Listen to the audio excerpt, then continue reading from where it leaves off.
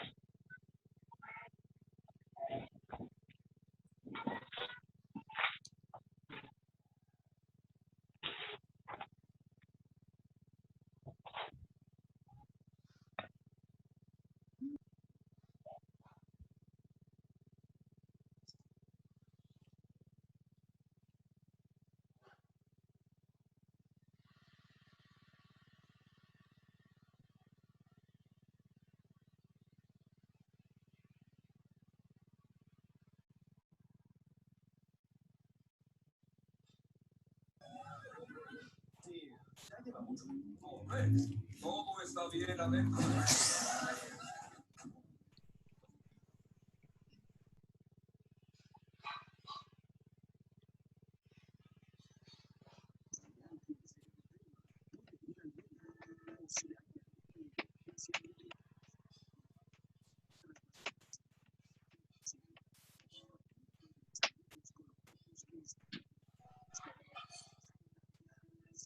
¿Ya listo aquí el video?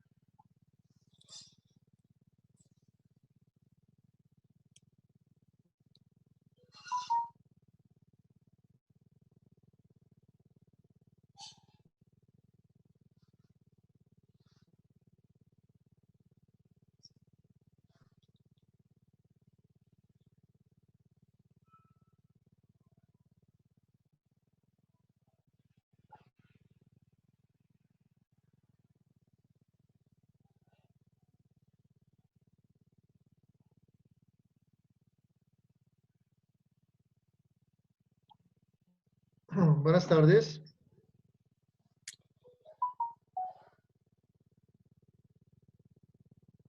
Buenas tardes, doctor.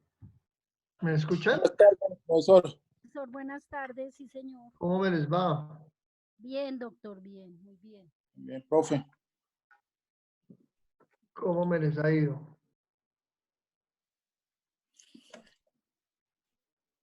Doctor Ignacio, buenas tardes. Jorge Pavón. ¿Cómo están? Buenas tardes, doctor.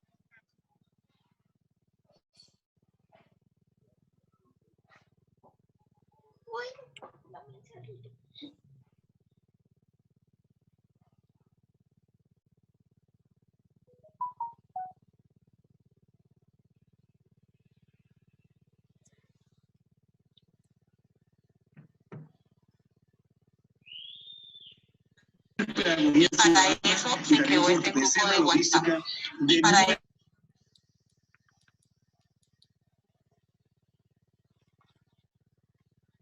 eso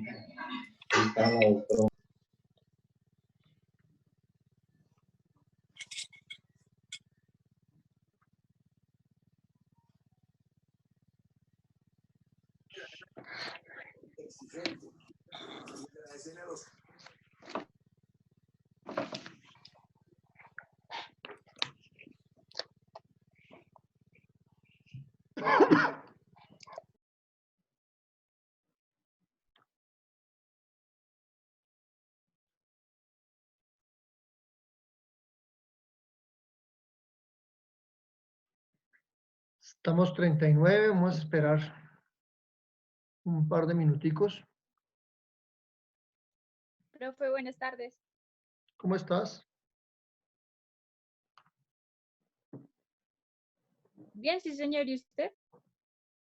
Bien, sí, señor. La vida cotidiana y que nos ha traído también pues, distintos momentos, quizás muy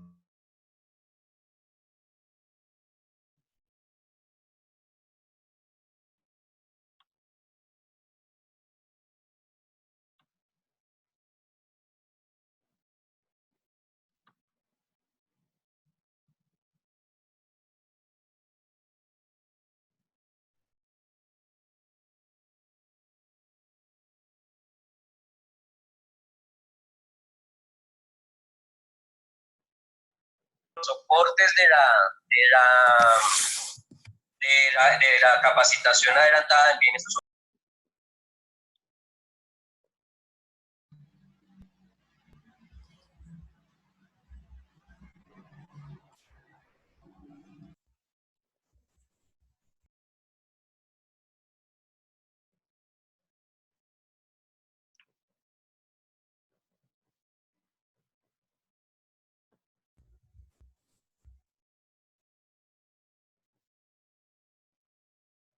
son las 6.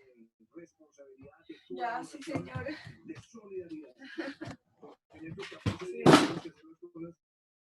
Sí, señora, hoy ya es lunes. Bien, doña Blanca, qué juiciosa. Porque, ¿qué vas a hacer? Bien, sí, señora, bien. Bien, también. AUX mode. Ay, gracias, señora. ¿Y ustedes qué han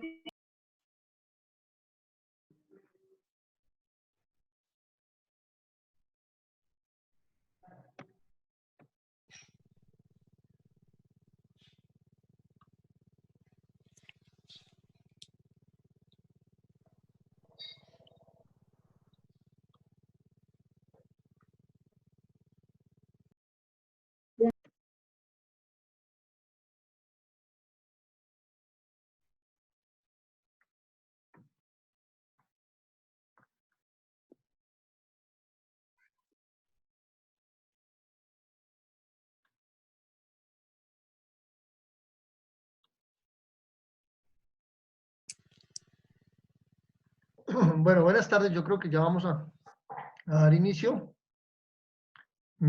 Por favor, el mismo ejercicio de siempre.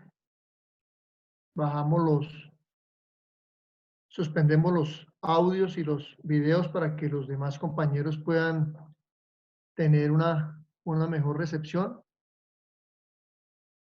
¿Me escuchan todos bien?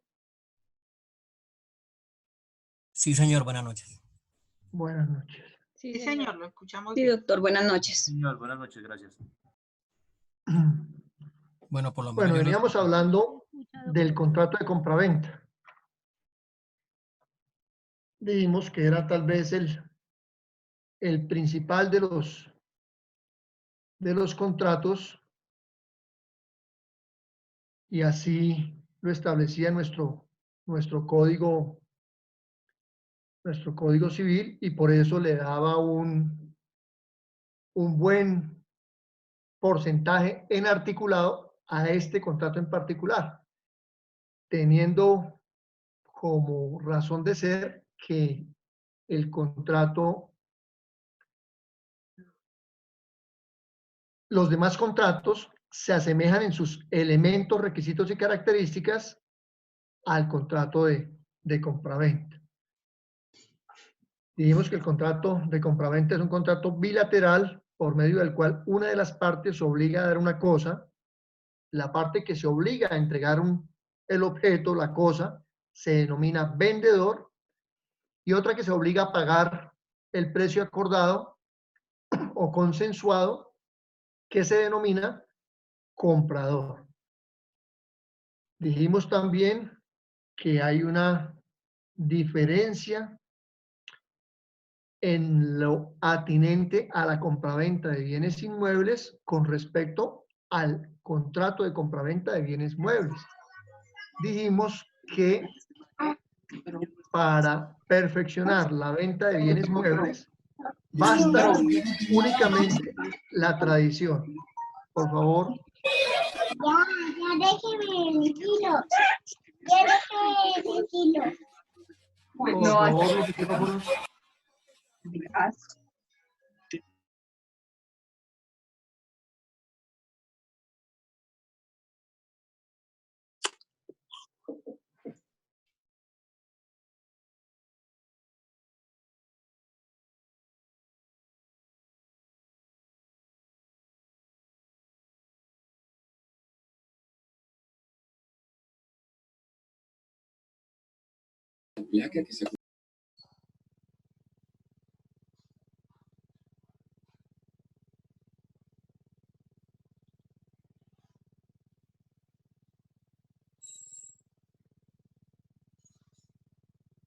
¿Me escuchan ahí?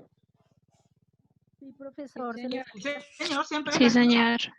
Listo, entonces por favor apagamos los micrófonos y continuamos. Entonces les decía que hay una diferencia en el contrato de compraventa cuando se refiere a bienes muebles y cuando se refiere a bienes inmuebles. Aprendimos la semana pasada que cuando se refiere a bienes muebles, basta con la sola entrega de la cosa, lo que nosotros llamamos la tradición, o la traditio, como hablan los romanos. Se perfecciona el vendedor entregando la cosa al comprador y el comprador recíprocamente entregando el valor económico que el Código Civil denomina precio al vendedor para que se perfeccione el contrato.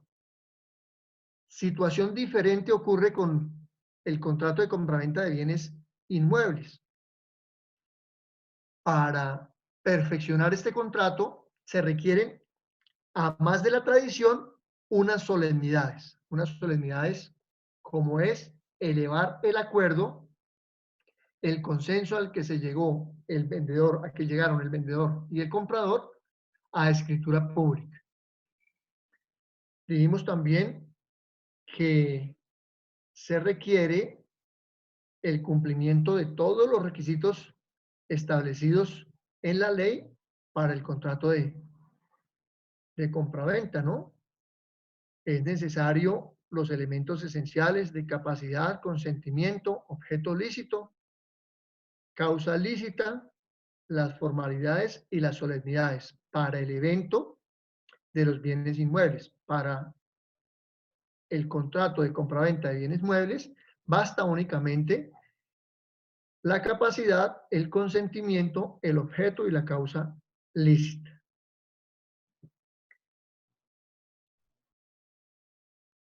Hablamos del concepto de compraventa establecido en el artículo 1849. Dice que la compraventa es un contrato en el que una de las partes obliga a dar una cosa y la otra a pagarla en dinero. Aquella se dice vender y esta comprar.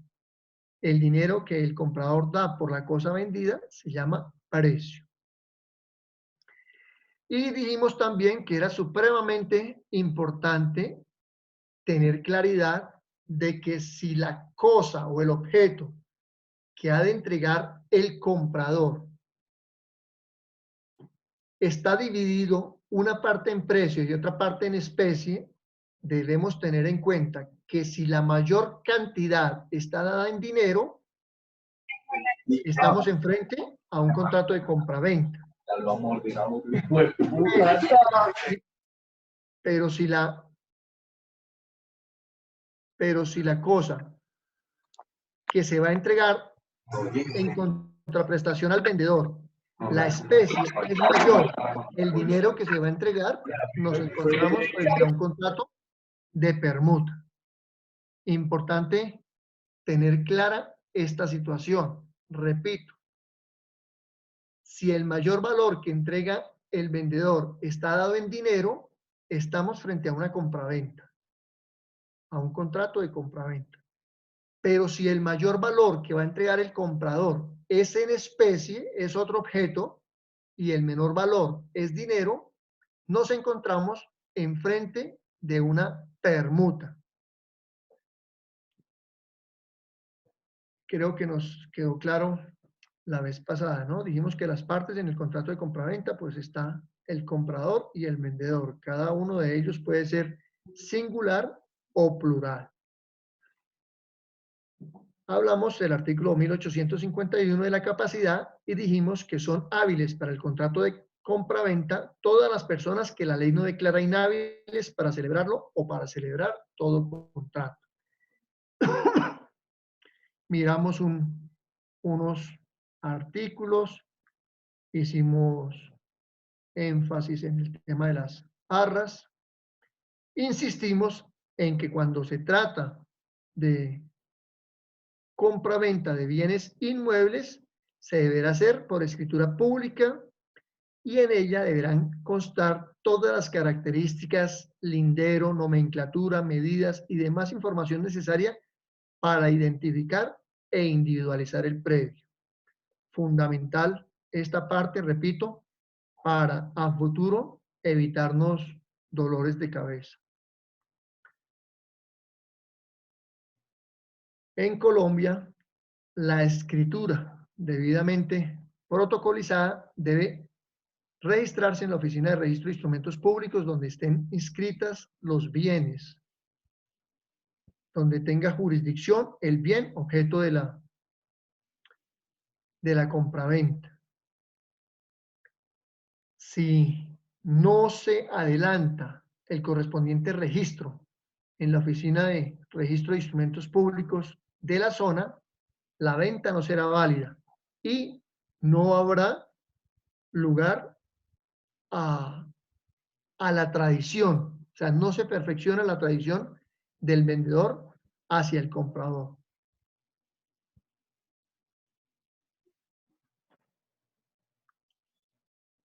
Miramos también unos artículos en lo que tiene que ver con el perfeccionamiento del contrato de 1857 al 1865, que quedamos en que ustedes los iban a leer. Les pregunto, en este momento, ¿tienen alguna pregunta?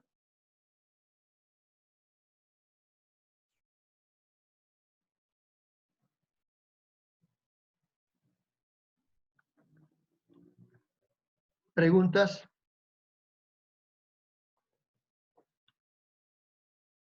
No, señor.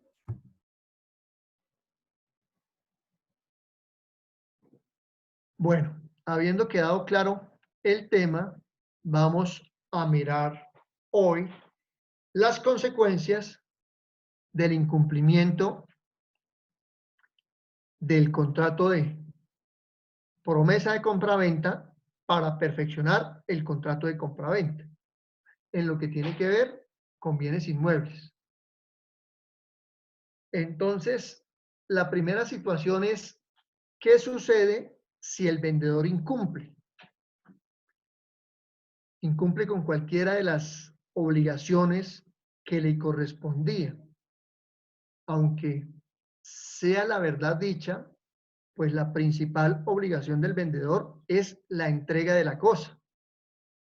Como estamos hablando de bienes inmuebles, por aquello de la promesa de compraventa, pues la obligación principal del vendedor será la entrega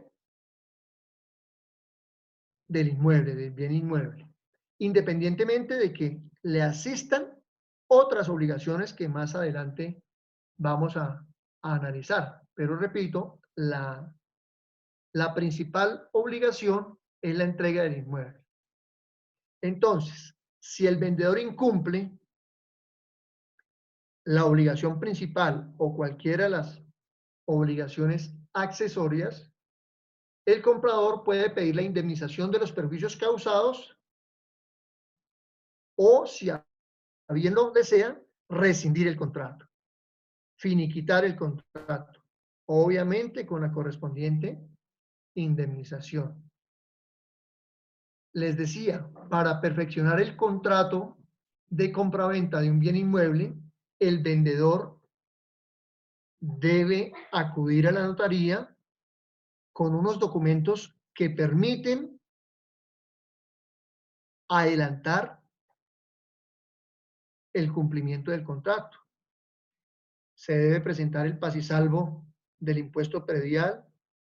En Bogotá se debe presentar el pasisalvo por valorización. Si el inmueble está sometido a propiedad horizontal, se debe presentar en el momento de firmar la escritura el pasisalvo de la copropiedad correspondiente a las cuotas de administración por la propiedad horizontal y los demás que a nivel local se requieran.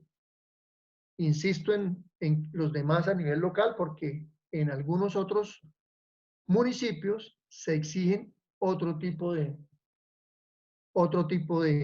documentos, pero digamos que ese es el principal.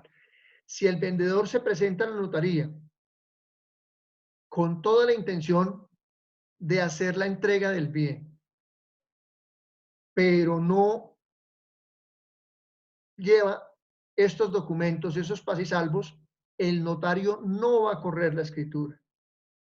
Y si no se va a correr la escritura, no se perfecciona el contrato de compraventa. Y si no se perfecciona el contrato de compraventa, pues el vendedor está incumpliendo con la promesa de compraventa y será objeto de la indemnización o la cancelación de los perjuicios en que haya podido incurrir el comprador. Ahora bien, puede suceder que el comprador, cuya obligación principal es la de pagar el precio convenido en el tiempo y lugar estipulados, no cumpla con la obligación. Lo que nosotros en derecho llamamos el vendedor se constituye en mora. El comprador se constituye en mora. No lleva la plata, no cumple con lo pactado en la promesa. Se aparece en la notaría, había quedado estipulado que entregaba un cheque de gerencia y aparece con la chequera personal diciendo que va a girar el cheque, que no hay ningún problema. no se está cumpliendo, en ese evento no se está cumpliendo con lo establecido en la promesa de compraventa. Insisto, en la promesa de compraventa se dijo que cancelaba el saldo con un cheque de gerencia y no con un cheque personal. Y yo les sugiero, mis estimados doctores, tener en cuenta ese tipo de situaciones. Muchas veces por el afán, nosotros los abogados o algunos abogados por el afán de querer ganarse unos honorarios en la asesoría del contrato, aceptan que se entregue un cheque personal y después las consecuencias son un poco complejas porque ya no se va a poder perseguir el cumplimiento del contrato, el incumplimiento del contrato, sino que se habrá de iniciar un proceso ejecutivo por la cancelación del título, del cheque. Y seguramente pues el vendedor, en este caso su prohijado, no va a estar muy contento por esa situación. Entonces yo vuelvo y repito, como les decía cuando hablaba de la promesa de compraventa, necesariamente se requiere que se entregue el precio, se cancele el valor determinado en el precio de la forma como quedó estipulado. Yo les decía, hoy la situación que tiene nuestro sistema, nuestro país es un poco compleja. Hoy, por ejemplo, en un tema de compraventa de un bien inmueble, yo no aconsejo que se cancele en efectivo. Hay personas que les gusta, sobre todo los abogados, porque de una vez les pagan en efectivo por el tema de seguridad. Son muchas las situaciones en las cuales un negocio que pudo finiquitarse felizmente termina en tragedia. Y yo les confieso una cosa, esta es una situación personal, mis estimados doctores, excúsenme en que toque temas de índole personal, pero yo la verdad desconfío y desconfío bastante de esos compradores que a grito herido manifiestan que van a cancelar el valor o el saldo establecido en la promesa en efectivo. Vuelvo y repito, por las condiciones de seguridad resulta bastante difícil. Lo que más se acostumbra es que el saldo se cancele en un cheque de gerencia. Pero la dinámica me ha enseñado que hay algunas situaciones donde se pacta ese pago mediante transferencia y la constancia de la entidad bancaria del vendedor en que la plata se encuentra disponible en efectivo, es decir, que el cheque de gerencia ya ha hecho canje o que la transferencia efectivamente se realizó y la plata está disponible. Insisto, el contrato de compraventa es un contrato consensual, bilateral. Todo depende del acuerdo que hagan las partes. Lo que no puede ser, insisto, mis estimados doctores, es que al momento de perfeccionar la promesa de compraventa, es decir, al momento de correr la correspondiente escritura, se cambien las condiciones. Y si se pactó en la promesa de compraventa que se iba a cancelar el saldo con un cheque de gerencia, en la notaría el comprador manifieste que no tiene el cheque de gerencia, pero que va a cancelar el saldo con un cheque personal.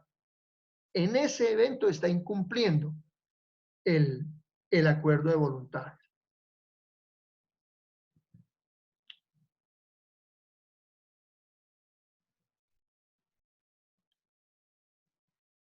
Doctor, En el evento en que el comprador no cumpla con las obligaciones establecidas en la promesa de compraventa, pues el vendedor tiene los mismos derechos que tuvo el comprador si el incumplido hubiese sido el vendedor. Es decir, el vendedor tendrá derecho a solicitar la indemnización por los perjuicios causados y, si a bien lo tiene, a rescindir el contrato. Y en ese evento, hacer efectiva las garantías que se hayan estipulado en el contrato de promesa de compraventa. Ahora bien, como quiera que, insisto, el negocio es consensual, en muchas ocasiones, y teniendo en cuenta el interés de las partes, pues se acuerda, ahí sí opera lo que alguna vez uno de ustedes me hacía el comentario, se opera una adición a esa promesa de compraventa, a ese contrato de promesa de compraventa, en el sentido de extender el plazo. Por ejemplo, cuando el vendedor no se presenta con los pasisalvos correspondientes y el vendedor desea adquirir el inmueble, pues le puede conceder un plazo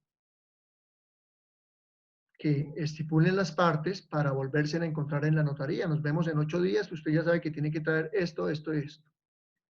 Si es el vendedor el que desea finiquitar el negocio y el comprador le manifiesta que no pudo traer el cheque de gerencia como era convenido, sino que tiene un cheque personal, el vendedor perfectamente le puede solicitar al comprador postergar el perfeccionamiento de la promesa de compraventa, es decir, correr la correspondiente escritura 2 o 3 días hasta tanto el vendedor consiga el cheque de gerencia. Yo he estado en situaciones donde inclusive el vendedor le dice, mire, no hay problema, yo le quiero vender el inmueble. Vaya para el banco, yo aquí lo espero. Lo espero hasta tal hora y vaya a pedir el cheque de gerencia. Si usted va a girar el cheque personal, pues es porque en su cuenta está el saldo, ¿verdad? Y para seguridad mía, yo prefiero esperarlo 1 o 2 horas, vaya y me trae el cheque de gerencia y perfeccionamos el contrato. Es decir, se puede adicionar de común acuerdo, pero perfectamente la parte incumplida, sea el vendedor o sea el comprador, también puede solicitar rescindir el contrato o solicitar la indemnización de perjuicios correspondientes establecidas en la promesa o en el acuerdo correspondiente. ¿Alguna pregunta, mis estimados doctores?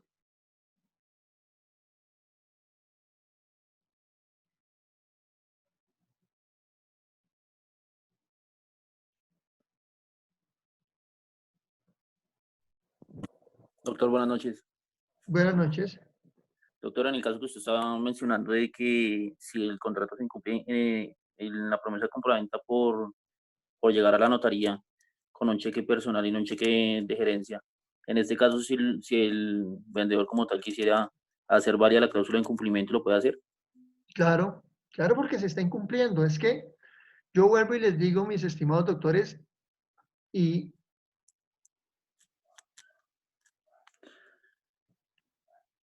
O sea, no hay una parte lo- que lo... Doctor, lo escucho. no hay una parte ni hay nada que obligue al vendedor como tal darle el plazo pertinente para enmendar el suceso que le impida presentar ese cheque. O sea, no hay nada que obligue al vendedor como tal a dar ese plazo. Solo el común acuerdo, solo el acuerdo de las partes. Vuelvo y repito, mis estimados doctores, el derecho como en la vida es exacto.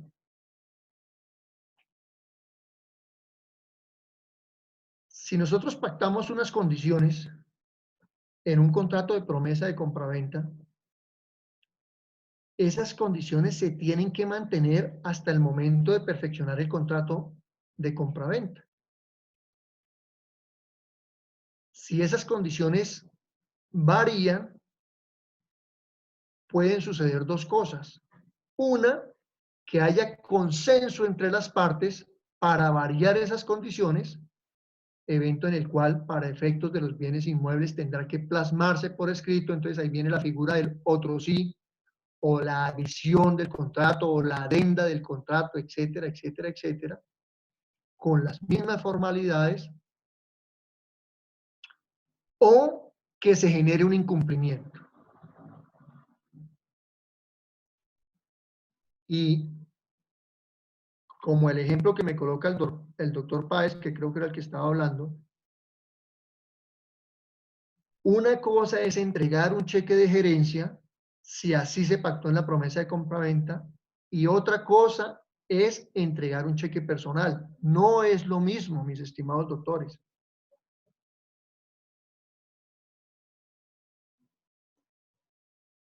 Ahora bien, el vendedor puede en ese momento allanarse, es decir, presentar su consenso para per se variar lo acontecido.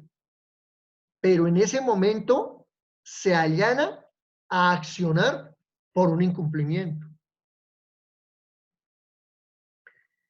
Vuelvo y repito, mis estimados doctores, las condiciones pactadas son vinculantes y son exigibles. En el evento en que no se cumplan, así sean parecidas,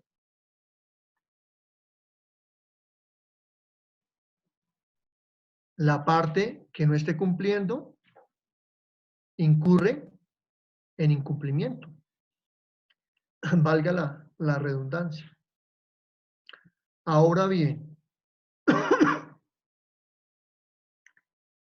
yo conozco situaciones donde se pacta en la notaría tal, el día tal, a la hora tal. Y 5 o 10 minutos después de que se llegue la hora convenida, y no se presenta una de las partes, ya la parte afectada está solicitando la constancia correspondiente.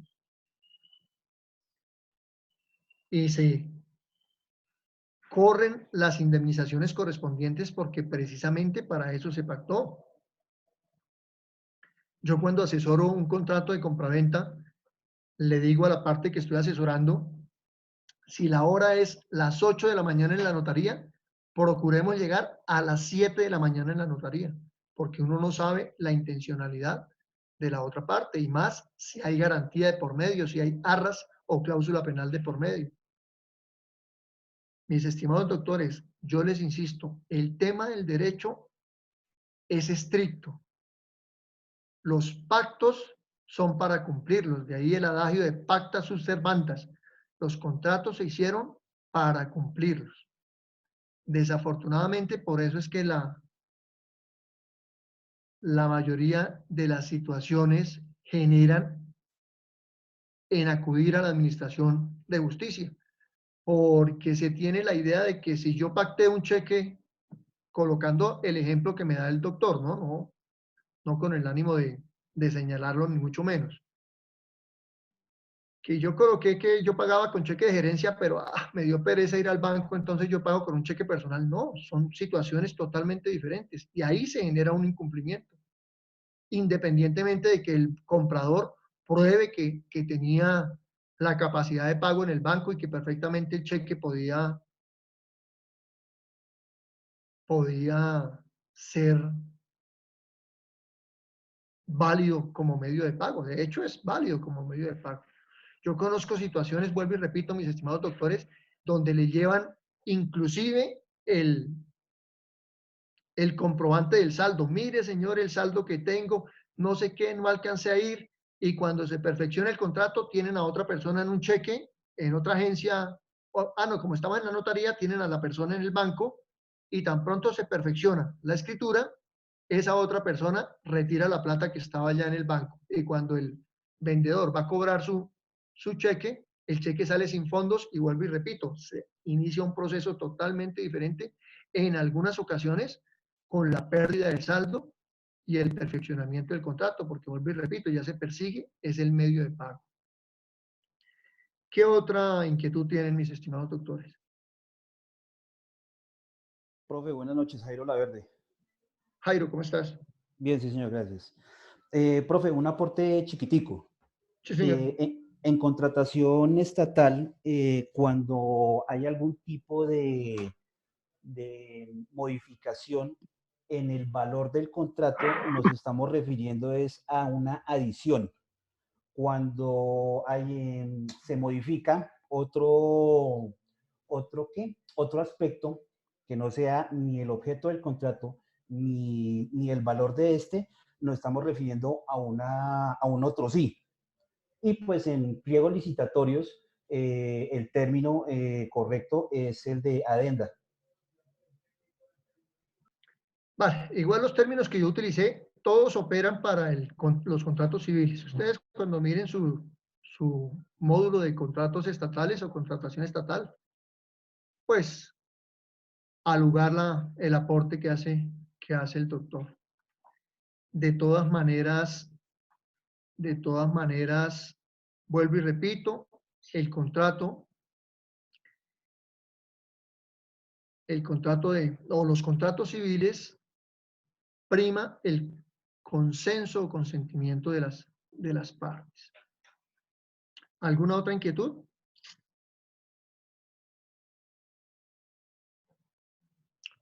Están muy callados los doctores. ¿Qué pasó hoy? Además, me llama la atención que hoy tengo un número mayor de 73 personas. Hicimos récord hoy de asistencia. ¿Qué estará pasando?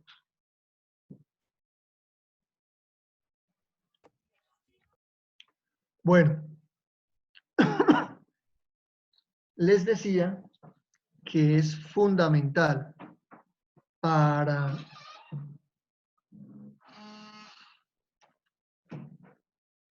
¿me escuchan? Sí, profe, está perfecto. Sí, señor. Sí, profe, se escucha bien. Opa, Sí, señor. es que hoy tengo un problema aquí con la pantalla que se me desconfiguró el Zoom, entonces me sale todo el tablero grandotote, pero no. Bueno, ya miro a ver si lo cuadro, es que me da miedo cometer por ahí algún error y salirme del tema. Les decía que es fundamental, la vez pasada les alcancé a hacer la manifestación así de soslayo, la actitud o actividad que se debe tener en el evento en que se genere un incumplimiento. Les decía la vez pasada, esto no lo van a encontrar en los libros, esto es una práctica, pero si el vendedor cumple con lo establecido en el contrato de promesa de compra, se presenta en la notaría y el comprador no se presenta, y el vendedor lo que hace es que lo llama y ¿qué pasó? No, que mire que estoy en un trancón, que no sé qué, que dejémoslo para mañana, que no sé qué. Y no deja establecido, no deja determinado, no deja la constancia, la prueba en la notaría de que el vendedor cumplió con sus obligaciones establecidas, puede pasar que en el evento en que vaya a accionar por vía judicial el cumplimiento del contrato, no prospere su pretensión. La razón, porque necesariamente se debe preconstituir la prueba en estos eventos. ¿Cómo se preconstituye la prueba? Llamando a un funcionario de la notaría. Todos los funcionarios en las notarías hacen las veces de notarios, ¿sí? Dan fe, firma el notario. El tema de las notarías, aquí hago un paréntesis, el tema de las notarías es un tema bien curioso, no sé si ustedes tengan la claridad. A mí me cuesta mucho trabajo lograr convencer jurídicamente a una persona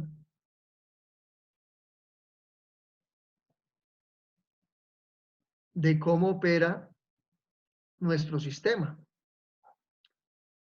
Resulta que si yo voy a cobrar mi pensión, bueno, cuando cumpla los requisitos, Si yo voy y me presento personalmente, me dicen, no, qué pena, señor Luis Ignacio, pero tiene que traerme una certificación de supervivencia.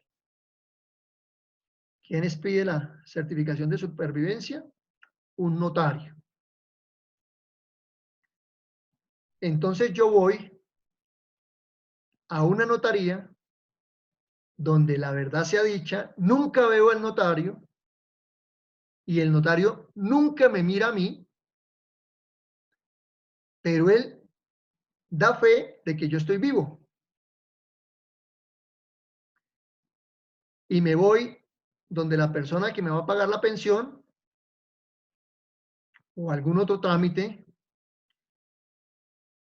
y esa persona que me ve de cuerpo presente no acepta que yo estoy vivo, y por el contrario le entrego un papel, y tan pronto le entrego el papel donde da fe una persona que nunca me vio, ahí sí realizan el trámite porque consideran que con ese papel yo estoy vivo.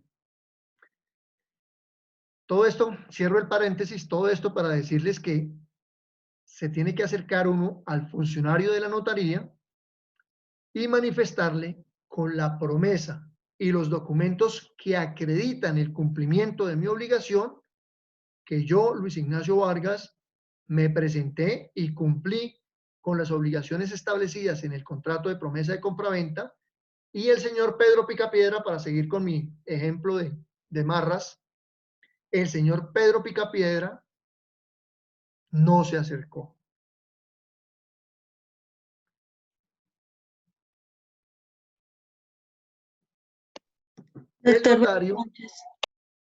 El notario verificará el documento, el contrato de promesa de compraventa, verificará las obligaciones que yo tenía para cumplir ese contrato, hará un checklist de esas obligaciones, verificará que las cumplo y emite un documento donde certifica mi cumplimiento.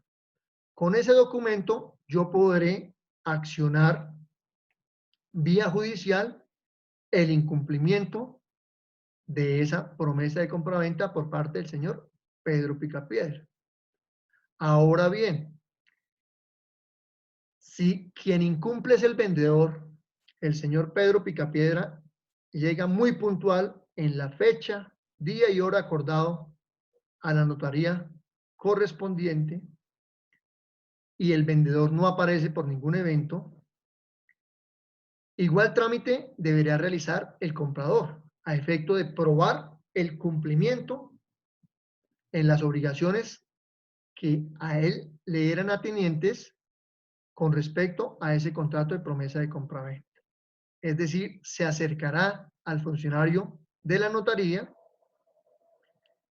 verificará, aportará el contrato de promesa de compraventa, manifestará la intención de estar cumpliendo con la documentación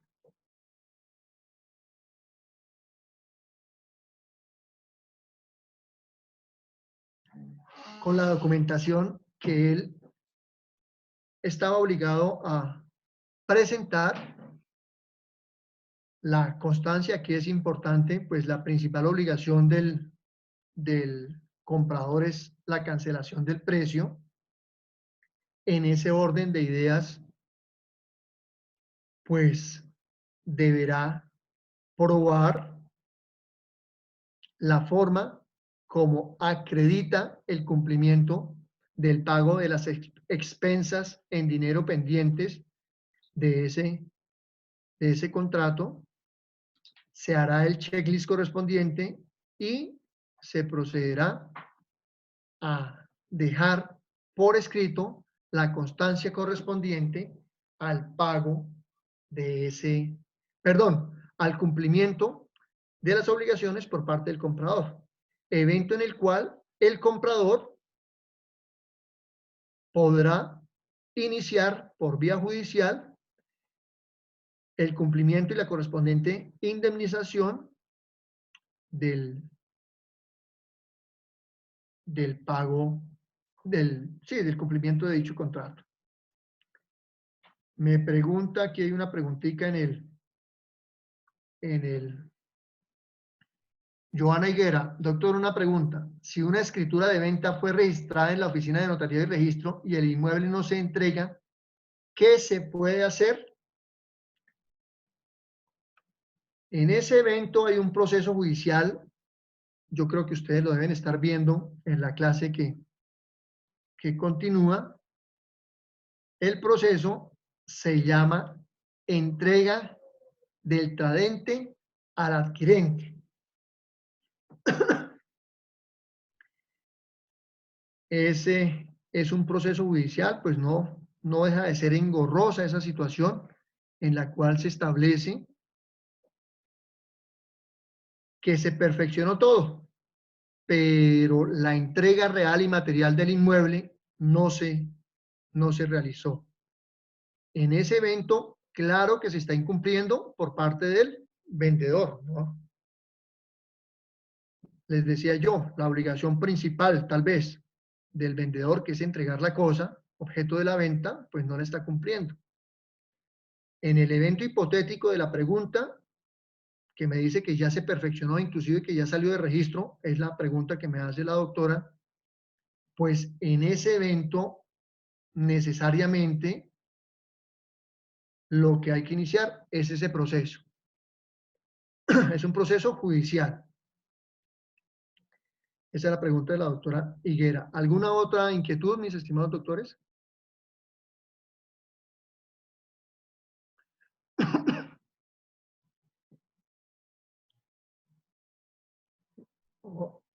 Vienen muy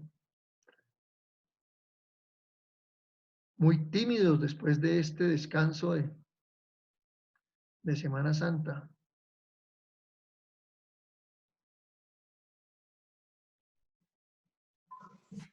Yo tengo una pregunta, profe. Dime. Con Catalina. Dime, Catalina. Es que imagínate que estaba viendo una sentencia, pues, una de las que se hizo en el trabajo, y estaba viendo un caso de Unilago, que cuando se hizo el proyecto de los locales, entonces el comprador compra pues 3 locales y la constructora, digamos, cuando se iba a suscribir la escritura, antes presentaba un otro sí con un metraje inferior al inicialmente pactado. Entonces, cuando se llega al día para firmar la escritura, ninguna de las dos partes asiste, pero pues la parte compradora tenía la constancia de que fue por metraje que le iban a entregar menos metros cuadrados al pactado inicialmente. Entonces el señor no dejó constancia en la notaría, una minuta, pero tampoco lo hizo el comprador. Y realmente la intención de la constructora era venderle a terceros, a otra compañía, pues los locales a un precio pues mucho más alto por la valorización que tienen los inmuebles al tener ya el proyecto terminado. Entonces, en este caso, para los perjuicios, veía una parte que era indexación.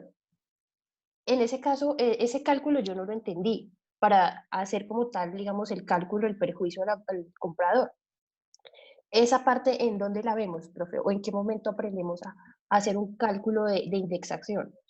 Bueno, esa es la famosa matemática para abogados, ¿no? ¿Qué es la indexación? La indexación es recibir el valor actual del dinero que se entregó. Si yo entrego 20 millones al momento de firmar la promesa de compraventa y el plazo para la entrega del inmueble es de 2 años, pasa, por ejemplo, cuando se compra sobre planos, 24 meses, inclusive hay plazos hasta de 48 meses, dependiendo del proyecto, y pasan los 48 meses o los 24 meses y no se cumple, el vendedor no cumple, obviamente me tendrá que indemnizar. Y en el evento en que me tenga que entregar los 20 millones, independientemente de las garantías que se hayan establecido en la promesa de compraventa, esos 20 millones de pesos me los deberá entregar indexados. Para darte una definición sencilla, es el valor actual del dinero. No es lo mismo 20 millones de pesos hace 2 años que 20 millones de pesos ahora. Estoy hablando en situaciones normales. Hoy, los que hemos leído la prensa hoy, nos llama la atención que después de que salgamos de esta crisis, pareciera que la situación económica mundial va a variar y la indexación va a ser inferior. O sea, tantas burbujas que habían en determinada cantidad de situaciones, burbujas financieras y económicas, se van a caer. Entre esas, pues, el valor de los inmuebles en muchos lugares del mundo, incluyendo Bogotá. Pero en circunstancias normales, para la doctora que me hizo la pregunta, indexar es traer la plata a valor actual. Eso se realiza mediante unas fórmulas financieras. Hay un libro que se llama Matemáticas para Abogados, que es bien interesante. Nosotros los abogados a veces no somos buenos para las matemáticas, pero tenemos que ser buenos para los números. Y efectivamente, si no, pues tenemos que acudir a los servicios de un contador o un economista o un financiero que nos especifique y nos indexe esa plata. Por eso se establecen unas tablas de interés, etcétera, etcétera, etcétera. Gracias, profe.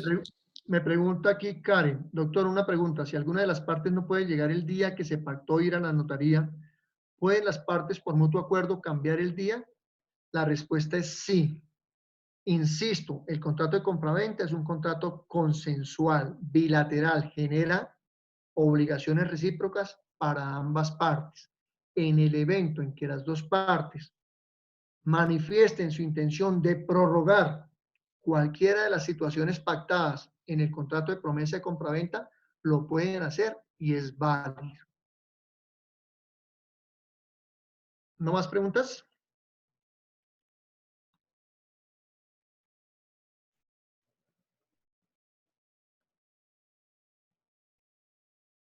Doctor, buenas noches. Mi nombre es Buenas Lilian noches. Patiño. ¿Cómo está? Aprovecho para presentarme en su clase por audio y ante todos mis compañeros. Mi pregunta es la siguiente. ¿Qué pasa si ninguna de las dos partes se presenta el día y la hora pactada en la notaría? Porque hemos hablado si se presenta uno, si se presenta el otro. Mi pregunta es si no se presenta ninguno de los dos. Pues digamos que hay un incumplimiento recíproco, ¿no? Hay un empate en el incumplimiento. Situación que se tendrá que zanjar de común acuerdo necesariamente. Porque para acudir por vía judicial al cumplimiento, yo debo probar, para acudir por vía judicial al incumplimiento, yo debo probar mi cumplimiento. Y en ese evento, pues no estaré en condiciones de probarlo porque yo también incumplí. Entonces, necesariamente la única salida que tendrá esa situación es el consenso de las partes. Doctor, muchas gracias. Vale. ¿Quién más?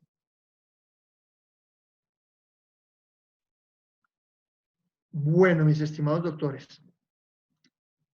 El artículo 1880 habla de las obligaciones del vendedor.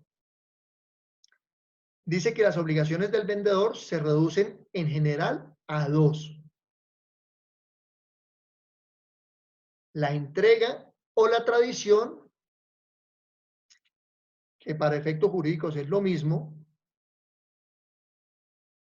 y el saneamiento de la cosa vendida. Oído, mis estimados doctores. ¿Cuáles son las obligaciones del vendedor? Para el código dice que se reducen en general a 2. Yo me voy a remitir a lo que dice el código para no hilar tan delgado porque no tengo el tiempo, pero quienes miraron las jurisprudencias se pueden dar cuenta que pueden presentarse otro tipo de obligaciones atinentes al vendedor. Para el código, una obligación es la tradición, es decir, el traspaso de la cosa, del bien inmueble, y 2, el saneamiento de la cosa vendida. ¿Qué es el saneamiento de la cosa vendida, mis estimados doctores? Es tenerla al día. Es cumplir con todas las formalidades que requiere la cosa para efectos de poder ser enajenada. Ese saneamiento, algunos doctrinantes lo dividen en dos situaciones. Un saneamiento material, es decir, las condiciones propias, mantener las condiciones propias de mantenimiento de la cosa para efecto de que se conserve. Y dos, un saneamiento normativo o legal, que es el pago de los tributos o expensas que ese inmueble genera para poder ser enajenado. Me explico. Cuando hablamos del saneamiento material, pensemos en una casa.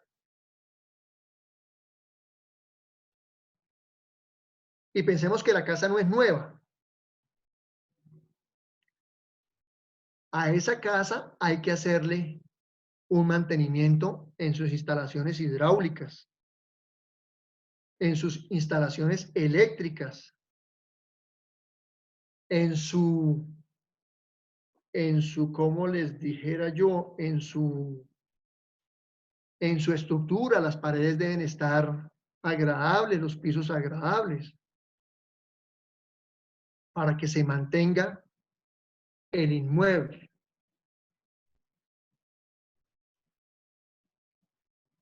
Si al momento de entregar el inmueble, de perfeccionarse el contrato de compraventa, encuentro yo que voy al apartamento y en el apartamento no alumbran los bombillos, no hay corriente, y cuando traigo el técnico para que revise, el técnico me dice, no, pero es que el transformador del edificio, una situación bastante recurrente, sobre todo en bienes inmuebles nuevos, la acometida que le llega al transformador no es suficiente y se hace necesario que ese transformador sea de una mayor capacidad, pues yo no podré gozar o disfrutar el inmueble de la manera común como se disfrutan los inmuebles, ¿cierto? Porque para poder disfrutar un inmueble, pues se requiere la electricidad. En ese evento, independientemente de que ya se haya perfeccionado el contrato, el vendedor tendrá que cumplir con esa obligación y tendrá que salir al saneamiento. Ahora bien, puede pasar que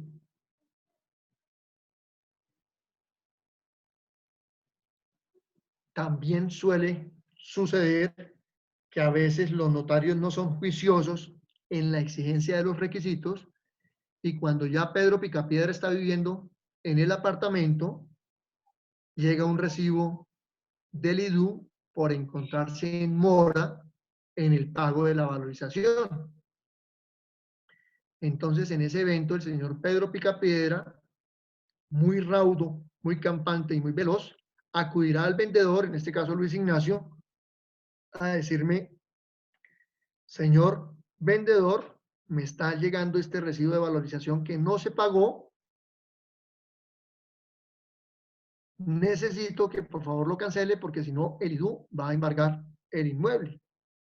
Y yo como vendedor tendré que entrar a sanear esa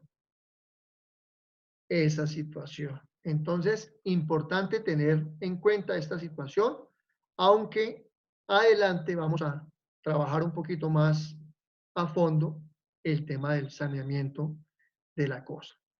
Me interesa que les quede claro que para el código son dos las principales obligaciones del vendedor: la tradición y el saneamiento de la cosa vendida.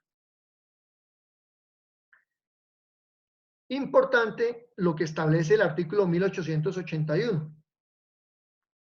Dice, al vendedor tocan naturalmente los costos que se hicieren para poner la cosa en disposición de entregarla, y al comprador los que se hicieren para transportarla después de entregada. Aquí, digamos que es un artículo que se refiere a las cosas muebles. Pero hoy el tema de la compraventa de las cosas muebles reviste especial cuidado y especial actividad jurídica por el costo que representan. El costo me refiero en materia económica, algunas cosas muebles. Por ejemplo, pensemos en un semoviente con unas características fenotípicas especiales que lo hacen bastante costoso. Pues en ese evento se tendrán que establecer en ese precontrato o en esa promesa de contrato, en ese contrato preliminar, las condiciones en que habrá de entregarse ese bien y el lugar donde el vendedor habrá de entregarlo. Bien importante el tema porque, insisto, a algunos, sobre todo cuando estamos aprendiendo el tema, como que no le ponemos el cuidado correspondiente y esta es una situación de múltiple consulta en su futura vida profesional. Entonces, no, que quedó de entregármelo en la finca y el vendedor dice que no, que me lo entrega en los corrales de la finca de él. Claro, no quedó establecido, no se acordó cómo se hacía la entrega. Y ustedes dirán, ah, pero eso es sencillo. No, mis estimados doctores, hay entregas que cuestan mucho dinero. Yo alguna vez, si les participo de mi experiencia, alguna vez asesoré la compraventa de una máquina. Y me llamaba la atención que el valor en puerto era uno y el valor entregado acá en Bogotá y ensamblada la máquina era otro, pero la diferencia era de cerca de 300 millones de pesos. Y pues, como uno es abogado apenas, las cuitas de los negocios particulares, pues las saben son los clientes. Yo le decía al cliente, pero no, pues ahorrémonos esa platica y recibamos la máquina en el puerto. Y el cliente decía, no, ¿cómo se le va a ocurrir? El solo transporte de esa máquina vale más de 90 millones de pesos y el ensamblar la máquina por mi cuenta me cuesta más de 300 millones de pesos. Ellos vienen los técnicos del extranjero, conocen la forma en que se debe transportar y aquí vienen y me arman la máquina y queda perfecta. Si yo me pongo a hacerlo por mi cuenta, ya no me cubre la garantía porque se puede dañar en el transporte. Y no me cubre tampoco porque el ensamble pues no lo van a hacer las personas autorizadas. Entonces, no. Que me entreguen la máquina probada y puesta en tal sitio.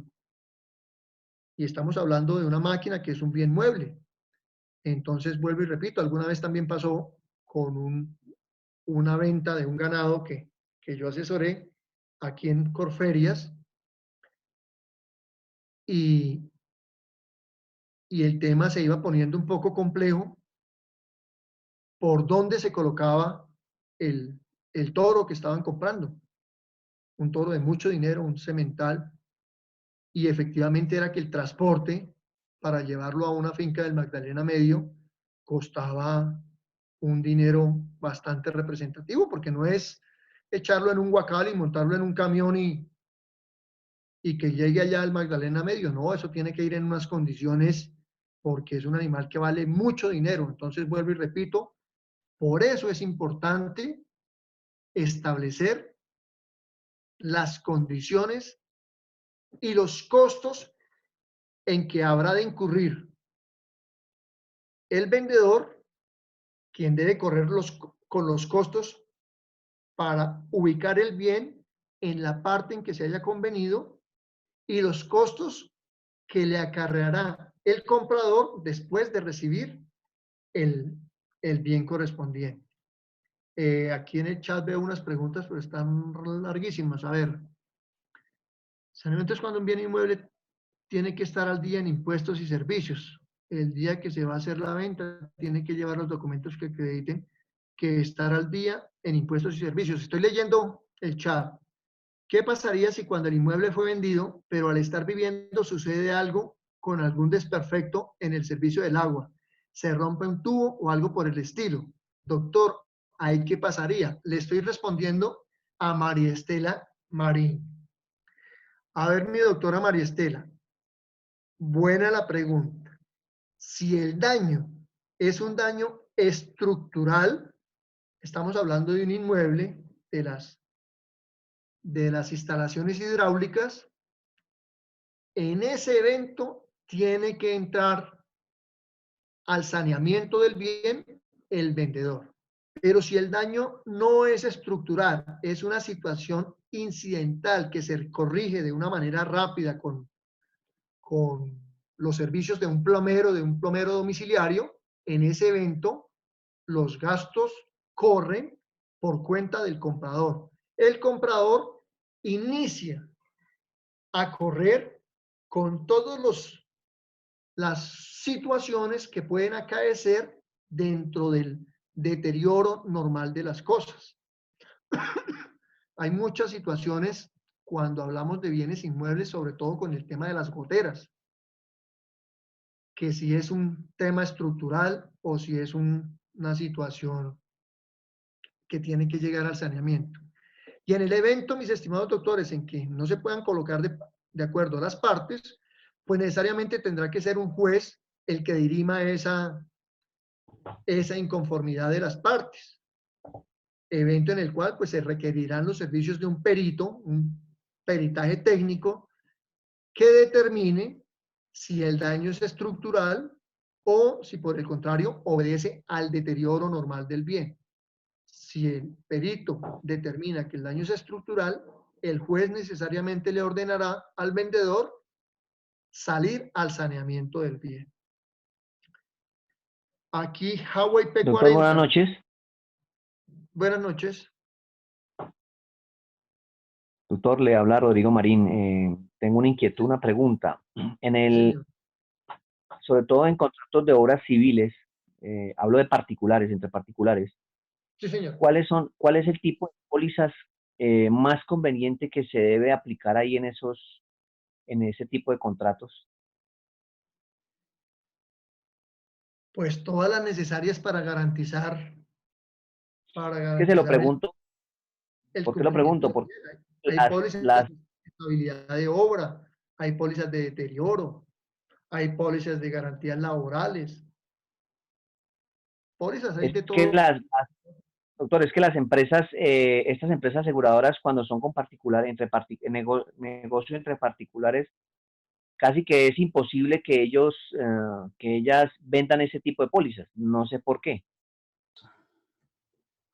Porque se presta mucho en cambio, para digamos, que haya un acuerdo entre los particulares para defraudar el seguro. Sigue, te escucho, perdóname. Porque con el Estado es mucho más fácil, o sea, digamos un particular con el Estado vende mucho más fácil la póliza, en cambio entre particulares es mucho más complejo, ¿no? ¿Por qué eso, doctor? Bueno, vuelvo y le digo, el tema de contratos estatales ustedes lo van a ver en su materia, creo que es en octavo que ven esa materia, pero de adelante, o sea, para no dejarlo con la pregunta o con la inquietud, en los contratos estatales las pólizas son obligatorias, porque vuelvo y repito, estamos hablando del bienestar de la sociedad. Entonces, la ley establece la exigencia de esas garantías aseguradoras para efecto del cumplimiento de la obra.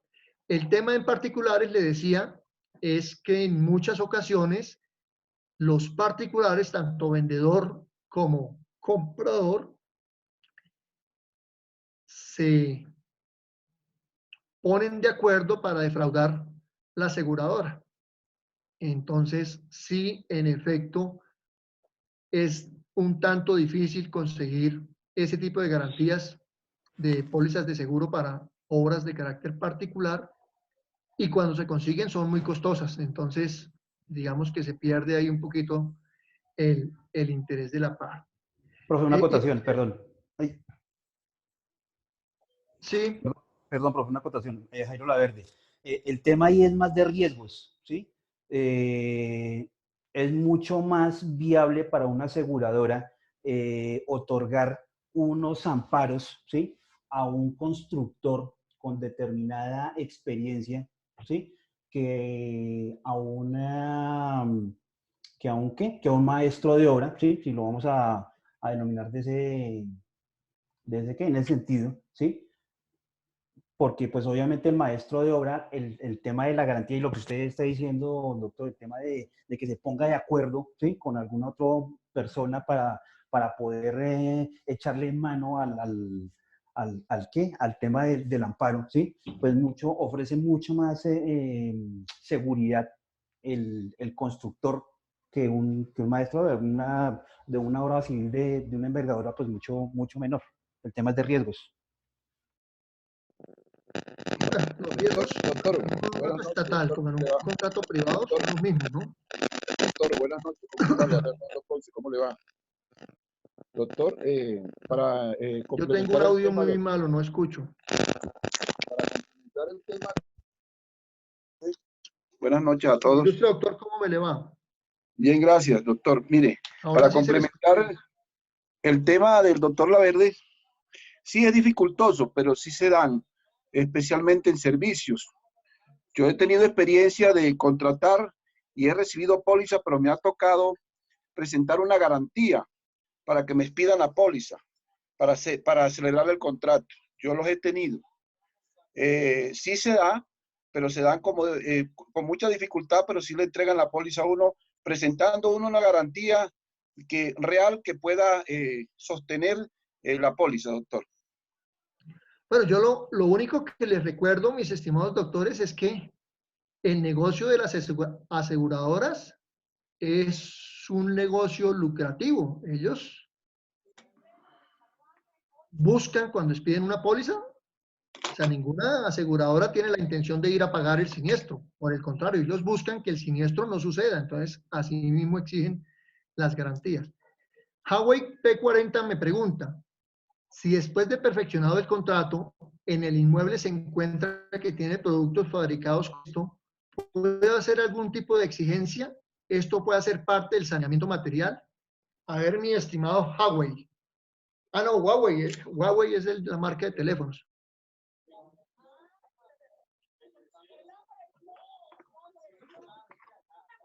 Sé que existe una ley que prohíbe el uso del asbesto en Colombia. Si mal no recuerdo, tiene algo así como un año. Pero si mal no recuerdo, y me excusan mis estimados doctores, Adentro no puede salir. de ese tema, es que la entrada en vigencia está diferida. Es decir, todavía se pueden presentar algunos elementos que contienen asbesto en Colombia, porque habían unos stock y las fábricas tenían una serie de materiales ya en el mercado, pero efectivamente el asbesto es un material que produce daño en la salud y que Colombia, después de muchos intentos, expidió una ley que prohíbe el uso del asbesto. Entonces, pero me excusa Huawei no darle con exactitud el tema de la ley, pero ustedes pueden buscar por Google ley del asbesto en Colombia y les va a decir, pero estoy seguro que la entrada en vigencia está diferida. No sé cuánto tiempo, especularía si les digo una cifra.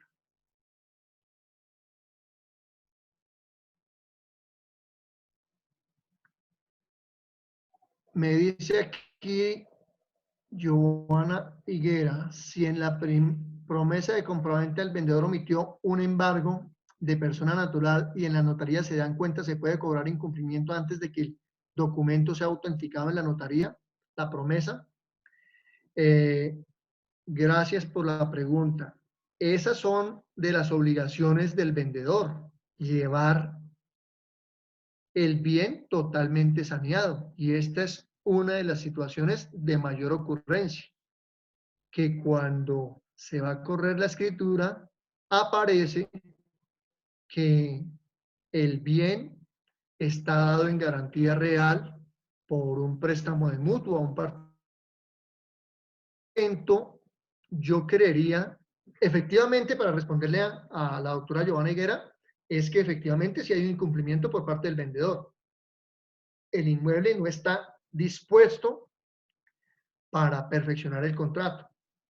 Ahora bien, las más de las veces es importante que cuando ustedes asesoren al comprador, pues efectivamente el comprador les lleve esa documentación a efectos de que ustedes puedan prevenir esa situación y ustedes le digan a su cliente, mire, señor Pedro Picapiedra, si le va a comprar el apartamento a Luis Ignacio, tenga en cuenta que hay una hipoteca a favor de un tercero particular por un valor indeterminado que se hace necesario que el señor Vargas la dirima para efectos de que usted pueda adquirir el inmueble sin ningún tipo de problema.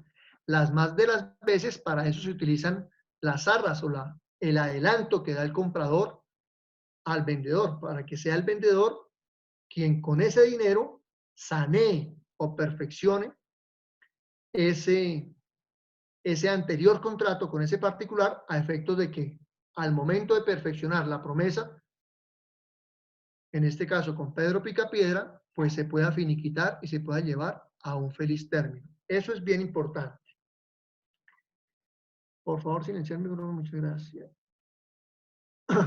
Bueno, mis estimados doctores, efectivamente, pues no sé, hoy los noto muy tímidos, pero efectivamente el contrato de compraventa presenta muchas vicisitudes, muchas. Les decía, o estábamos hablando del tema de los costos de la entrega.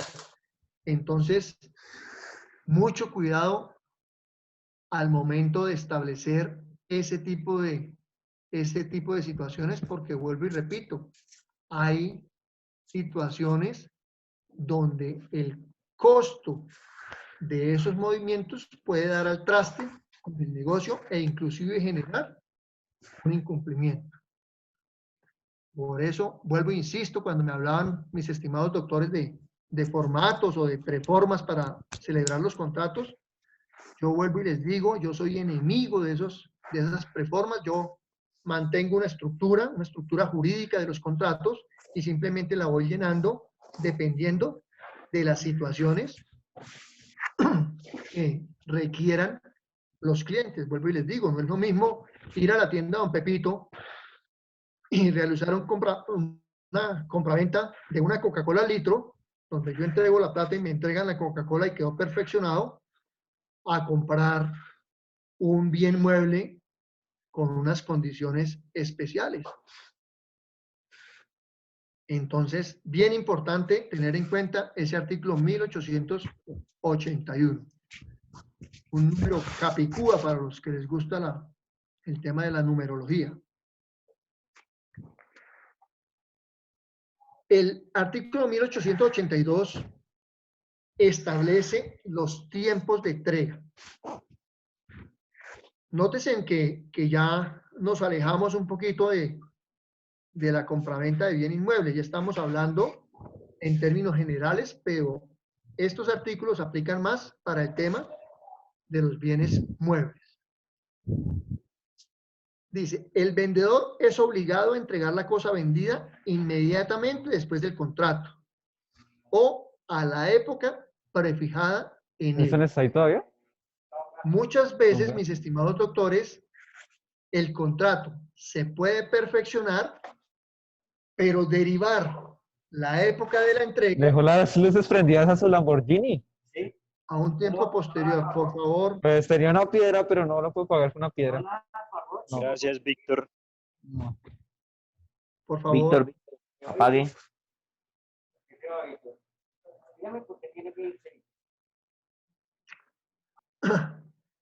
les decía, se puede perfeccionar la venta, esto inclusive de un bien inmueble, pero derivar la entrega a un tiempo posterior de haberse perfeccionado, entre comillas, el pago, porque el contrato no se ha perfeccionado del todo. ¿Por qué? Porque falta la entrega, de haberse cumplido el pago.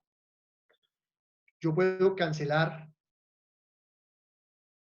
No, en mi ejemplo hipotético, que ya los debo tener cansados con Pedro Picapiedra, Pedro Picapiedra me puede cancelar los 180 millones del apartamento y yo le digo, Pedro, no hay problema, yo le entrego el apartamento el 31 de diciembre del 2020, Dios mediante.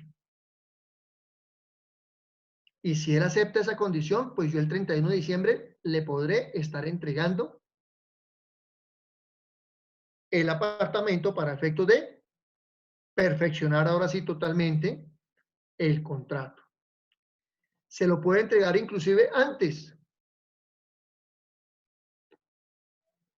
En noviembre llamo a Pedro Picapiedra y le digo, mire Pedro Picapiedra, ya solucioné el tema de mi trasteo, de mi otro sitio de habitación, entonces le voy a entregar con un mes de anticipación el apartamento para finiquitar con ese contrato, terminarlo. Y efectivamente es válido. Pero si yo no lo entrego el 31 de diciembre, sino que lo entrego el 20 de febrero del 2021, ya Luis Ignacio Vargas está incumpliendo. Y si no hay consenso con el comprador, es decir, con don Pedro Picapiedra, pues efectivamente Luis Ignacio Vargas incumplió con su parte y Pedro Picapiedra podrá solicitar la indemnización o la cancelación de perjuicios correspondientes. Lo que quiero que les quede claro es que perfectamente se puede diferir la entrega del bien a un tiempo posterior a la cancelación por parte del comprador. Y la verdad, en la vida práctica sucede con bastante, o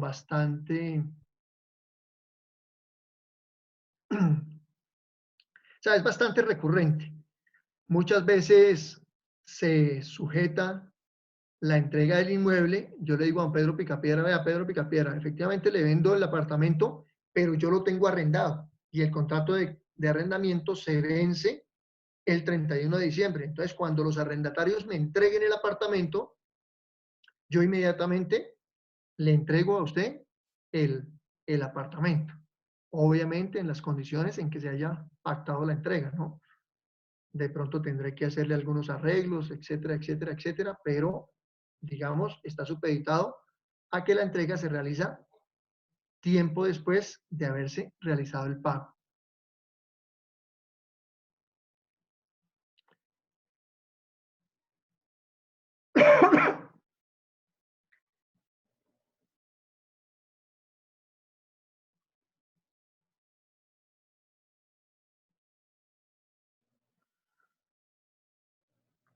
Bueno, quiero pasar aquí a un tema. Yo les encargo que lean estos artículos del 1880 al 1866 inclusive. Dejémoslo en el 1892 y mañana miramos otro temita que quiero que quede claro. Quiero aprovechar estos minuticos para tratar el tema que establece el artículo 1888 y el 1889. Uno es el aumento o la disminución del precio en razón a la cabida.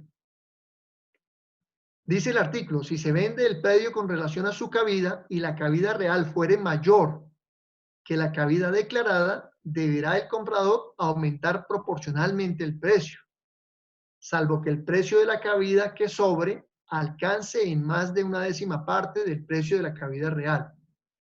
Pues en este caso podrá el comprador, a su arbitrio, o aumentar proporcionalmente el precio o desistir del contrato.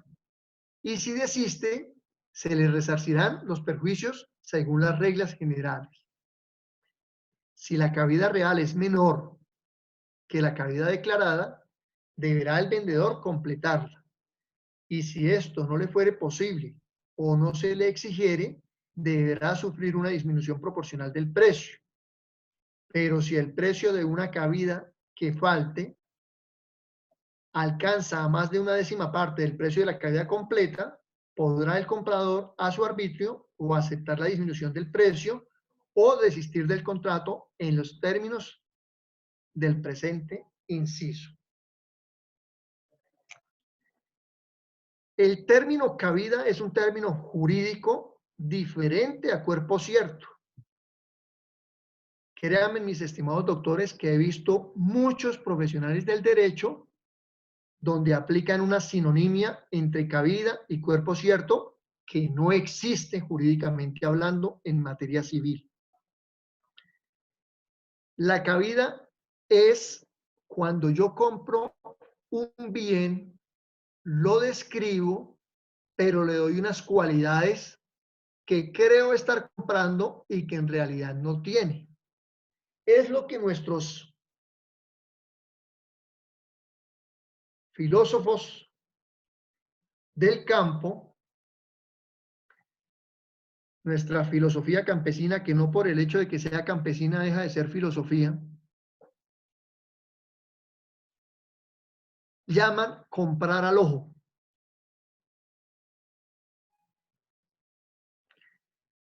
Entonces pensemos en un semoviente, en una res que se va a comprar para la pesa, dicen en mi tierra, para el sacrificio, para carne. Efectivamente, yo miro la res y digo, no, esa res tiene 14 arrobas. Y llegamos al consenso de que tiene 14 arrobas y efectivamente se cancela el valor teniendo como precio base el valor de la arroba de carne en pie. Pensemos que la arroba de carne vale 100.000 pesos, entonces costó 1.400.000 pesos. Es un ejemplo hipotético, ¿no? Porque eso vale mucho más plata. Ubiquémonos para quien compra. Yo, como comprador, estoy convencido de que compré una res de 14 arrobas.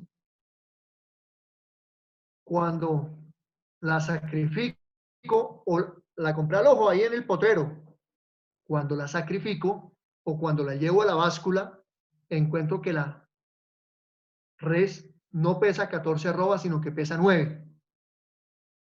No, resulta que la vimos echada o nos engañó el ojo, o bueno, no sé qué pudo haber pasado. En ese evento, el comprador podrá llamar al vendedor y decirle, mire, nosotros dijimos que la res pesaba 14 arrobas y en realidad pesa 9, pues yo solo le pago 9, devuélvame la plata restante. Y se podrá establecer esa situación y el comprador podrá aceptar que le devuelva la plata restante o podrá inclusive desistir del negocio. Perdónenme lo práctico del término que voy a utilizar, pero el comprador podrá decir, no, yo ya no le compro esa res, pues esa res es mero hueso, yo qué carne le voy a sacar a esa res si yo pensaba que pesaba 14 arrobas y en realidad pesa 9. E igual situación, miremosla desde el punto de vista del vendedor. Están en el potrero, miran la res y efectivamente la negocian por 14 arrobas. Pero cuando van al sacrificio, a la planta de sacrificio o a la báscula, encuentran que la res no pesaba 14 arrobas, sino que pesaba 20. En ese evento, el vendedor podrá solicitar, conforme al artículo 1888, la cancelación de las 6 arrobas adicionales o finiquitar el negocio. ¿Por qué? Porque hay unas condiciones de cabida diferentes. Nótese que siempre hubo acuerdo en el objeto, ¿no? La vaca parchuda. Tanto vendedor como comprador estaban de acuerdo en la identidad del objeto, pero la cabida varió. Esa es la aplicación del artículo 1888. Ahora bien, viene el artículo que me tiene sufriendo, ustedes ya saben por qué. El artículo 1889, la venta de predio como cuerpo cierto. Obsérvese que ya el código habla de predio, es decir, de inmueble. Si el predio se vende como un cuerpo cierto, no habrá derecho por parte del comprador ni del vendedor para pedir rebaja o aumento de precio, sea cual fuere la cabida del predio. Sin embargo, si se vende con señalamiento de linderos, estará obligado el vendedor a entregar todo lo comprendido en ellos. Y si no pudiere o no se exigiere, se observará lo prevenido en el artículo precedente. El cuerpo cierto, conforme al artículo 1889, aplica a predios. Cuando el Código Civil habla de predio, se debe entender, mis estimados doctores, necesariamente como bien inmueble. No se les olvide, mis estimados amigos, que el Código Civil lo hizo un poeta copiado del Código Civil francés y chileno y tiene cerca de 133 años. Lo que quiere decir que para esa época el lenguaje era un tanto diferente. Por eso ustedes encontrarán algunos artículos con un lenguaje bastante florido, porque pues fue elaborado por un poeta. Y el artículo 1889, ¿qué nos dice, mis estimados doctores? Que cuando se vende un predio como cuerpo cierto, no ha lugar la aplicación del artículo precedente, salvo lo establecido en el inciso anterior, y es que una vez alinderado, cuando se vaya a cotejar la alinderación, no se lograre demostrar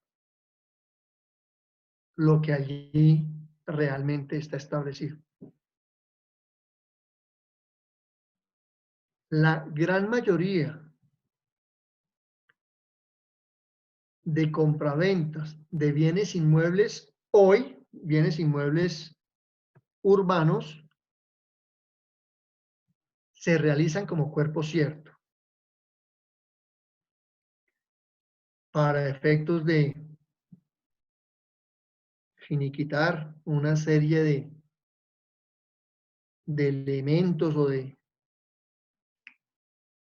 o de menores espacios relativamente pequeños. Pensemos en un apartamento que se compra de 72 metros con 60 centímetros. No obstante lo anterior, dice la escritura, la presente venta se realiza como cuerpo cierto. Y cuando vamos a mirar, el apartamento no tiene 72 metros con 60 centímetros, sino que tiene 71 metros con 90 centímetros. Es decir, hacen falta 70 centímetros. Muchos dirán, no, pero eso no es nada. Pero pensemos que el inmueble es un inmueble ubicado en un centro comercial donde el valor del metro cuadrado es de 100 millones de pesos, pues esos 70 centímetros costarían 70 millones de pesos. Entonces, miren que si no se hiciera la venta como cuerpo cierto, pues el vendedor tendría que resarcir esos 70 centímetros. Insisto, por eso las más de las veces los negocios se hacen como cuerpo cierto.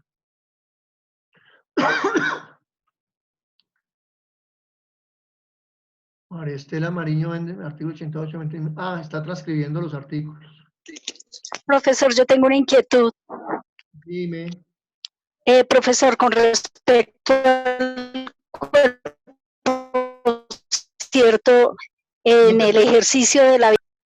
¿Me escucha, profe? Te escucho con mucho volumen, pero no te entiendo nada. Ay, profe, es que Vuelve a estoy en el... empezar, a ver. Profesor, cuando uno compra un inmueble y va a la notaría a hacer las escrituras, a firmar las escrituras, le dicen a uno, ya están las escrituras, fírmelas porque igual como cuerpo cierto es como si ya estuviera todo consolidado. ¿Uno cómo hace para desvirtuar eso y que le dejen aplicar los linderos? ¿Uno debe exigirlo? No, vuelvo y repito. Nubia me estaba hablando, ¿verdad? Sí, doctor, sí. El contrato de compraventa es un contrato consensual, es decir, prevalece el acuerdo de las partes. Ajá. La promesa de compraventa no es un contrato de adhesión, no es lo que tú me estás diciendo, que me presentan una escritura y fírmela. No, señor.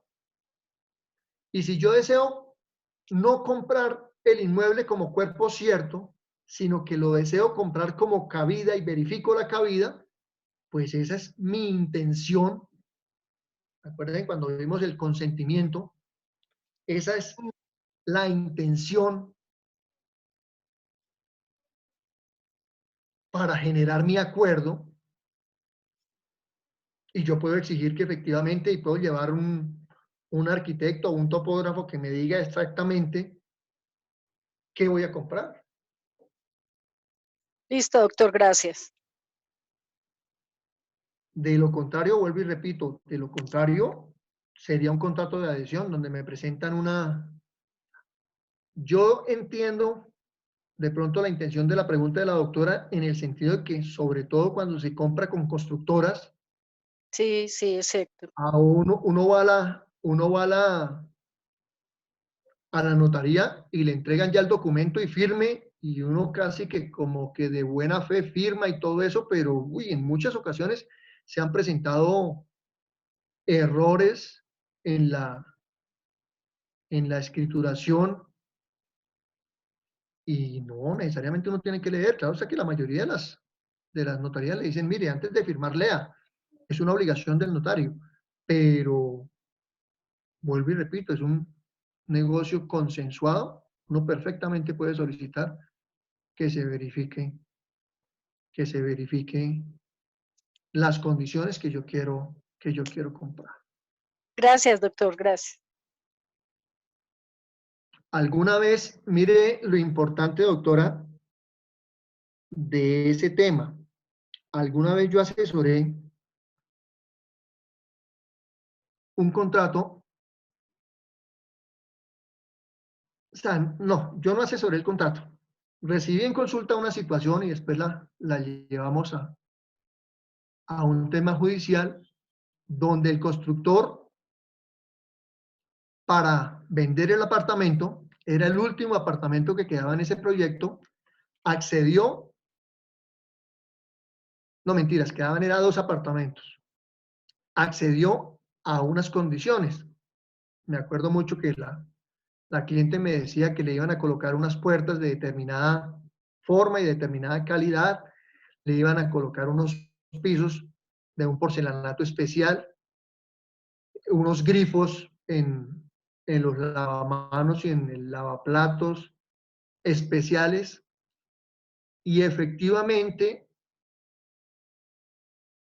antes de ir a la notaría, la señora pues era un tanto exigente, fue y miró el apartamento y efectivamente estaba con las condiciones que ella había solicitado. Se dirigió a la notaría, firmó, canceló. La entrega se la quedaron de hacer a los 2 días porque le iban a hacer un alistamiento al apartamento, es decir, a limpiarlo, a dejarlo, a asearlo, a dejarlo bien bonito. Y ella me manifiesta que en la notaría, ella manifestó que en la escritura no decía nada de las puertas, ni de los pisos, ni de los grifos, y que en la notaría le dijeron que ninguna escritura iba tan al detalle. Y efectivamente eso es cierto. Pero resulta que cuando la señora fue a los 2 días a recibir su apartamento, efectivamente el arquitecto residente le entregó las llaves, se dio cuenta que le habían desmontado las puertas, le habían desmontado los grifos de mayor lujo. Mejor dicho, el piso no lo levantaron porque no podían, sino también se lo habían levantado. Y ella me buscó a mí para accionar esa situación. Y lo mismo pasó con el apartamento. O sea, todos esos lujos se los pasaron al apartamento que quedaba pendiente de vender. Efectivamente, para esa época ya habían celulares con cámaras, no con videos ni nada de eso, pero sí con cámaras. Y en la conciliación, bueno, ni siquiera en la conciliación, en la charla que yo tuve con el gerente del proyecto, le dije que mi cliente había tomado fotos y que yo iba a llamarlo a saneamiento con la correspondiente indemnización de perjuicios. Y afortunadamente, pues el gerente del proyecto, obviamente reconociendo la mala fe, según él, del arquitecto residente, pues le colocó las características del inmueble como lo había exigido la compradora. Pero eso pasa, mis estimados doctores, eso pasa, y por eso es bien importante detallar al máximo todos los elementos objeto del contrato. Ni qué decir en los bienes muebles. Alguna vez en la compra de un vehículo nuevo, también el vendedor le hizo una serie de manifestaciones al comprador. El comprador quedó encantado con la propuesta que le hacía el vendedor, y resulta que cuando fue a recibir el vehículo carecía de muchas de las cosas que le había dicho el vendedor que tenía. En ese evento, pues, fue la necesidad de desistir del negocio, porque cuando se escaló más arriba del vendedor, el gerente de ese concesionario decía que si se le colocaban todos esos accesorios a ese vehículo, pues el valor del vehículo era mucho mayor. Entonces, todo por no haber dejado una constancia escrita de esa situación. ¿Qué otra inquietud tienen los doctores? Ojo con el tema del cuerpo cierto, ¿no? Independientemente de que se compre como cuerpo cierto, si ustedes van a asesorar al comprador, es bueno que, hablando, por ejemplo, de predios rurales, es bueno que se adelante el correspondiente estudio topográfico para efectos de determinar, siquiera de manera aproximada. Claro está que si se hace un estudio topográfico, pues tendrá que dar exacto, ¿no? Porque es un estudio profesional, técnico. Pero por lo menos que la intención del comprador esté muy cercana a la realidad que le está ofreciendo el vendedor. Vuelvo y repito, de lo contrario, se pueden presentar sorpresas, y sorpresas no muy agradables. Y no crean, a veces también se presenta una situación que genera detrimento en el vendedor. muchas veces el vendedor cree tener una determinada cabida en su predio. Por ejemplo, cree tener 25 hectáreas. Sobre eso hace el negocio y el predio en realidad no tenía 25 hectáreas, sino que tenía 35. En ese evento se estaría defraudando. Y como seguramente el comprador conocía esa situación, el comprador era una persona acuciosa en sus negocios y mandó a hacer un levantamiento topográfico, pues obviamente el comprador ayudó e insistió para efecto de que la venta se realizara como cuerpo cierto y así ganarse esas 10 hectáreas que, vuelvo y repito, coloquémosla a 100 millones de pesos. Esas 10 hectáreas representan 1.000 millones de pesos. Quiere decir que en esa figura del cuerpo cierto se estaría generando un mayor valor para el comprador y un detrimento para el vendedor, no obstante la venta se esté realizando como cuerpo cierto.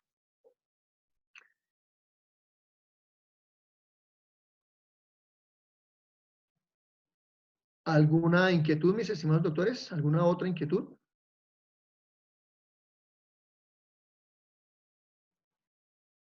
Doctor, buenas noches. Buenas noches. Doctor, esa era una preguntita, pues la había colocado ahí en el chat. En los casos, por ejemplo, de lo que se pacte en el contrato, pero por ejemplo, si existe una justa causa o un caso de fuerza mayor, ¿eso exime a la persona de responder por lo pactado? Vuelvo y repito, el contrato es consensual. Si consensualmente se establece que efectivamente hay una justa causa, una fuerza mayor, por ejemplo, la situación que estamos viviendo ahorita, yo cómo cumplo un contrato si no puedo salir de la casa, pues efectivamente se puede llegar a ese consenso. Si no, necesariamente la parte afectada creerá que su contraparte incumplió y tendrá que llevar el proceso ante un juez de la República. Y será el juez quien determine si efectivamente se presentó una fuerza mayor o un caso fortuito. Gracias, doctor. Vale. ¿Alguna otra inquietud?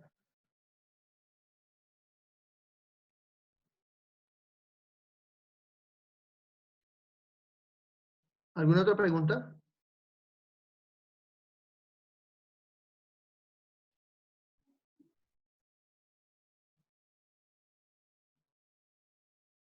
Mis estimados doctores, que tengan una feliz noche.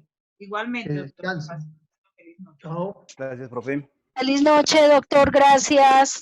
Gracias, profesor. Gracias, doctor. Buenas noches. Chao. Feliz noche. Chao, que descansen.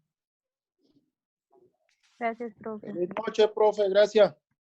Chao, descansen. Gracias, doctor. Muy buenas noches. Vale, chao. Doctor, buenas noches. Doctor, que quería pedirle el favor, pues yo he tenido problemas con el internet, entonces me he estado conectando un poquito tarde, pero igual yo estoy asistiendo a las clases, estoy escuchando las clases, para que me tenga en cuenta. Eugenio Mora. Ok, no hay problema. Bueno, gracias, doctor. Chao. Chao. Buenas noches. Chao.